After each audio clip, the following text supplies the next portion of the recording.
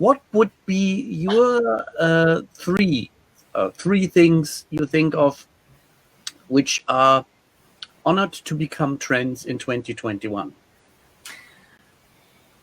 I'm going to take a slightly different approach to answering this because you feel free to do so. I think the big trend that we're going to see in the next year and going forward, because that's the way of these things, right? You have the real mavericks that are out leading the way, and then others begin to follow once it becomes better understood and more widely known. Yeah. I think there's an awful lot of focus, and I think it's correct, on everything that's coming to be described as revenue operations.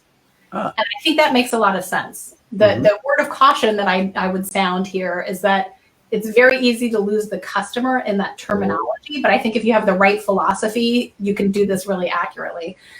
We've seen this in the pandemic because businesses have to operate. They have to be healthy. They have to keep going. And you can sometimes afford to, Marshall, in the oil company example, to let a customer defer payment for a while. Ultimately, you have to get paid for what you're delivering, and you might not necessarily have to get paid for absolutely everything at list price, but you have to make sure that you're maintaining cash flow, that you are at least breaking even, probably, hopefully generating a profit. These are all the things that allow a company to survive and thrive. So from that perspective, revenue is the ultimate lagging indicator in many ways of a customer relationship, but it is also the thing that keeps a company going because it's money coming in the door. And I think what we've seen in the course of the pandemic is that companies that have had really good visibility into what's happening with their business in something close to the timescales in which sales are made or deals are done, have much greater flexibility to do that, to be able to do things like make trade-off decisions between profit and cash flow, for example, which I think has been a really, really big one.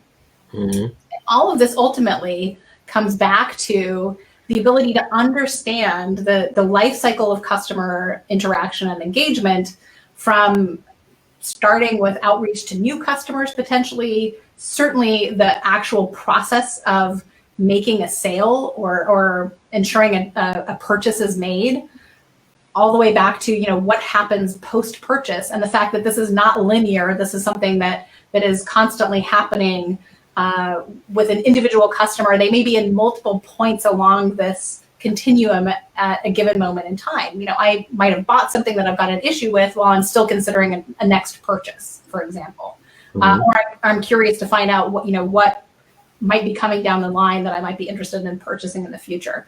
So all of these things ultimately are tied to revenue in a lot of ways. And if you can think about that stuff and manage that effectively and get some real operational insight into what's happening at the appropriate moments in time, you have tremendous leverage to manage your business effectively.